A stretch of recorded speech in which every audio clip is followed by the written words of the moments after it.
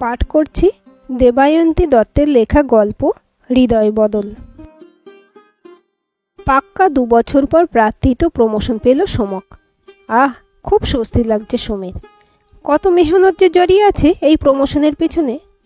শুধু যে 9-10 ঘন্টা অফিস তা নয়, অফিসের পরও ক্লায়েন্ট মিটিং সিটিং কি ছিল না। গায়ত্রীর সাথে সম্পর্কেও কাঁটা হয়ে দাঁড়িয়েছিল এই একটানা মেহনত। একটুও সময় দিতে পারত না সোমকে।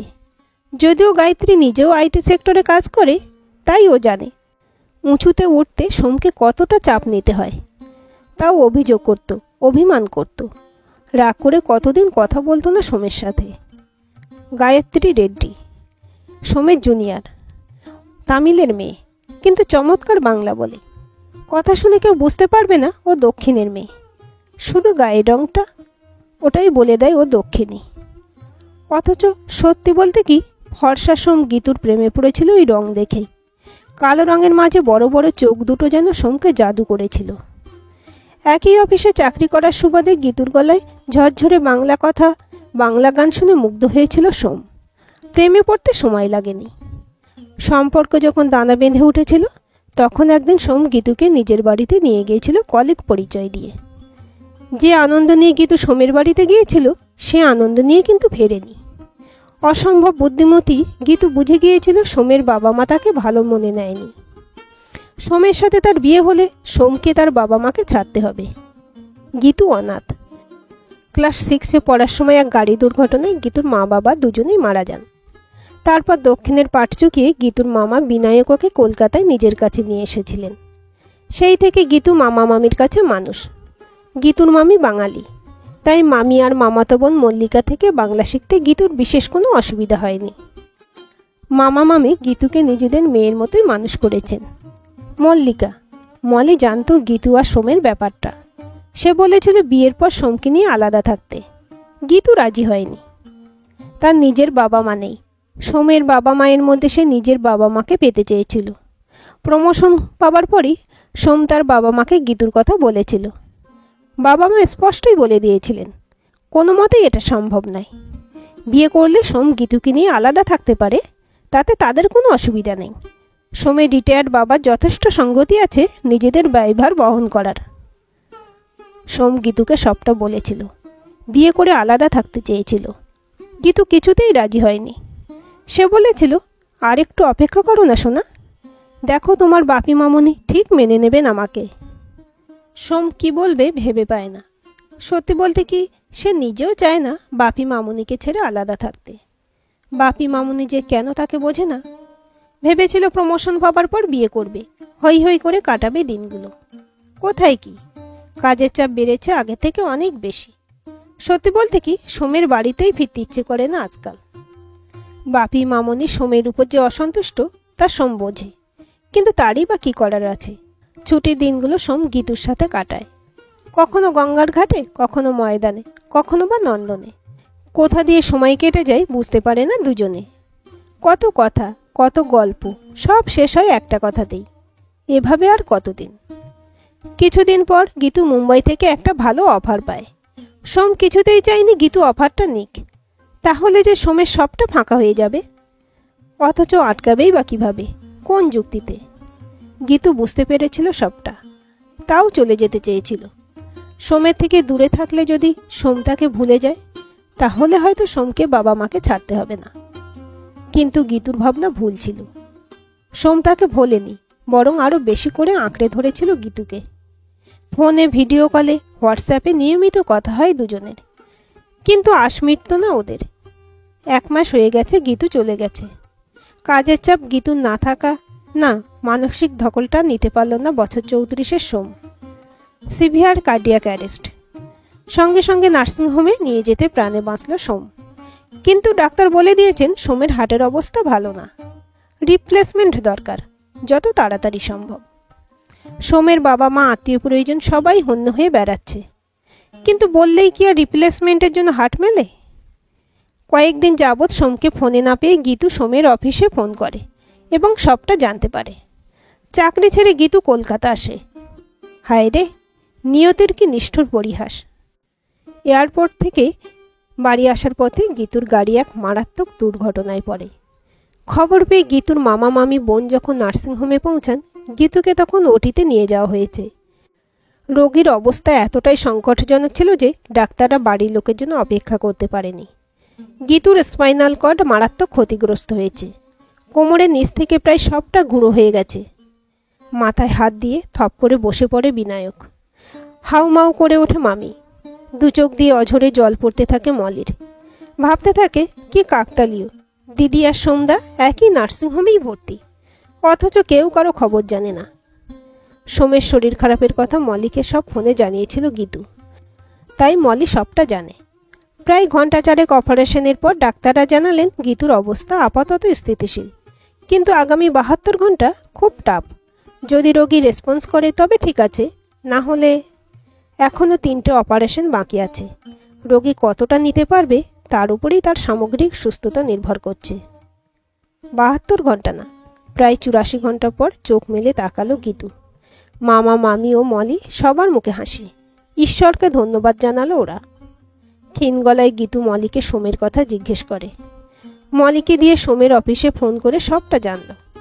তারপর মলিকে বলল, বোন, আমার হয়ে একটা চিঠি লিখে দেবি, কেউ যেন না জানতে পারে। নার্সিংহোমের বিছানায় শুয়ে খুব আস্তে আস্তে অনেকটা সময় নিয়ে বলে গেল গীতু, আর চোখের জলে ভাসতে ভাসতে কাগজের উপর কলম চালালো মলি। মামনি বাপি, এই প্রথম আর শেষবার তোমাদের এই নামে ডাকলাম, রাগ করো না। সোমের বাবা মা যে আমারও বাবা মা, হোক না সে কালো, পারবে না তাকে একটিবারের জন্য মেয়ে ভাবতে? মা, তোমার ছেলের খবর আমি পেয়েছি, তাকে দেখতেই আসছিলাম, কিন্তু কি বলো তো, তোমাদের মতো ঈশ্বরও বোধ করি চাননি সোমের জীবনে এই কালো মেয়েটার ছায়া পড়ুক, তাই ওসব কথা থাক। একটা কথা তোমাকে বলি মা, যদি আমি চলে যাই তবে আমার হাতটা তোমার ছেলের বুকে বসাতে অনুমতি দিও। গঙ্গার ঘাটে অস্তগামী সূর্যকে সাক্ষী রেখে আমি আর তোমার ছেলে সেই কবে হৃদয় বদল করেছিলাম, আর সেই জন্যই হয়তো দেখো আমাদের যৌথ জীবনে আর কখনো সূর্যোদয় হবে না। শোনো না মা, আমি না থাকলেও আমার হৃদয় তোমার ছেলের হৃদয়ে জুড়ে যাবে। সোম, মামনি বাপি বলে ডাকলে আমারও ডাকা হয়ে যাবে। কেমন মজা হবে বলো তো? তখন তো আর তুমি আমাকে কালো বলে দূরে ঠেলতে পারবে না, কি বলো? সোম যখন তোমার কোলে শোবে, ওর গায়ে মাথায় হাত বুলিয়ে দেবার সময় ওর বুকেও রেখো স্নেহের পরশ। সেখানে যে এই কালো মেয়েটা থাকবে, সেও না হয় মায়ের ছোঁয়া পাক একটু। তোমরা কি বিরক্ত হচ্ছ বাপি মামনি? আচ্ছা, তবে আর কথা বাড়াবো না, শুধু একটা কথা বলে যাই, সোম ভালো হয়ে গেলে একটা ফর্সা মেয়ে দেখে ওর বিয়ে দিও। ও করতে চাইবে না জানি, কিন্তু তোমরা ওকে বলো এটা আমার শেষ অনুরোধ। আমি তো সোমের সাথে অচ্ছেদ্য বন্ধনে জড়িয়ে যাব, ওর প্রতিটা শ্বাস প্রশ্বাসে যেই কালো মেয়েটাই থাকবে। তোমরা সবাই ভালো থেকো, আমার প্রণাম নিও। ইতি তোমাদের খুব অপছন্দের সেই কালো মেয়েটা, গীতু। গীতু মলিকে বলেছিল, বোন, যদি বেঁচে যাই তবে তো ঠিক আছে, কিন্তু খারাপ কিছু হলে মামাকে চিঠিটা দিস। দিন 15 পর গীতুর দ্বিতীয় অপারেশনের আগে গীতু সোমকে ভিডিও কল করে। সোমের হার্টের অবস্থা ভালো নয় বলে তাকে গীতুর কথা জানানো হয়নি। সোম জানে গীতু মুম্বাইতে আছে। সোম নিজের খবর গীতুকে দেয়নি। সোম শুধু গীতুর মুখটা দেখতে পেল, বলল, চলে এসো গীতু, তোমাকে ছাড়া আমি বাঁচব না। চোখের জলে ভাসতে ভাসতে হাসি মুখে গীতু বলে, কোনো চিন্তা নেই সোম, এই কালো মেয়েটা সব সময় তোমার কাছে থাকবে, চাইলেও তুমি তাকে আলাদা করতে পারবে না। হাসতে হাসতে সোম বলে, শরীরটা একটু খারাপ হয়েছে জানো, একটু ভালো হয়ে গেলেই তোমার কথা সত্যি করব, সব সময় তোমাকে আমার কাছে ধরে রাখব। পরের দিন গীতুর স্পাইনাল কর্ডে দ্বিতীয় অপারেশন হলো, কিন্তু অপারেশন টেবিলেই গীতু কোমায় চলে যায়। আরও 7 দিন পর ডাক্তাররা গীতুর ব্রেন ডেথের কথা ঘোষণা করলেন। মলি কাঁদতে কাঁদতে গীতুর চিঠি বিনায়কের হাতে তুলে দেয়। চিঠিটা পড়ে ভাগ্নির জন্য বিনায়কের বুকটা দুমড়ে মুচড়ে ওঠে। বুকে পাষাণ বেঁধে বিনায়ক সব উদ্যোগ নিয়ে গীতুর পরিচয় গোপন রেখে গীতুর হার্ট দান করে সোমকে। দানপত্রে সই করার সময় বিনায়ক মনে মনে বললেন, মারে, বিয়ের আসরে যার হাতে তোকে তুলে দেবার কথা ছিল, আজ তাকেই তো হৃদয়টা দান করছি রে মা। একবার দেখে যা না মা, সেই আনন্দে তোর মামা যে চোখে জল ধরে রাখতে পারছে না মা। সোমের হার্ট ট্রান্সপ্লান্টেশন সফলভাবে হয়ে গেছে। কলকাতার কাগজে কাগজে কত খবর, কত ক্যামেরার ঝলকানি। মলি বলেছিল গীতুর চিঠিটা সোমের বাবা মায়ের হাতে তুলে দিতে। বিনায়ক বলেছেন এখন না, আর কটা দিন যাক, সোম সুস্থ হয়ে বাড়ি ফিরুক, তারপর নিজে গিয়ে চিঠি দিয়ে আসবেন। কেটে গেছে প্রায় 2 মাস। সোম বেশ ভালো আছে। আর কিছুদিন পর রোজকার জীবনে ফিরবে। সব আছে, শুধু গীতু হারিয়ে গেছে। কোথায় যে গেল মেয়েটা। একদিন সন্ধ্যায় বিনায়ক এলেন সোমদের বাড়িতে। সোমের বাপি মামুনি ওনাকে কিভাবে আপ্যায়ন করবেন ভেবে পান না। বিনায়ক যে ওনাদের কাছে দেবদূত। সেদিন উনি নিজে থেকে এগিয়ে না আসলে হয়তো সোমকে বাঁচানো যেত না। কলিং বেল বাজে। সোমের বাপি দরজা খুলে হাত জোর করে বিনায়ককে ভেতরে আসতে বলেন, বসতে বলেন। ভেতরে ঢুকে বিনায়ক বসেন না, সোজা এগিয়ে যান সোমের দিকে। সোমকে আলিঙ্গন করেন বিনায়ক। আহা, এই তো গীতুমার ছোঁয়া পাচ্ছেন। পকেট থেকে রুমালটা বের করে চোখ দুটো মুছে নেন বিনায়ক। তারপর চিঠিটা বের করে সোমের মায়ের হাতে দিয়ে বললেন, আজ আর বসবো না বেয়ান, আমার ভাগ্নি রইল আপনাদের কাছে, ভালো রাখবেন তাকে।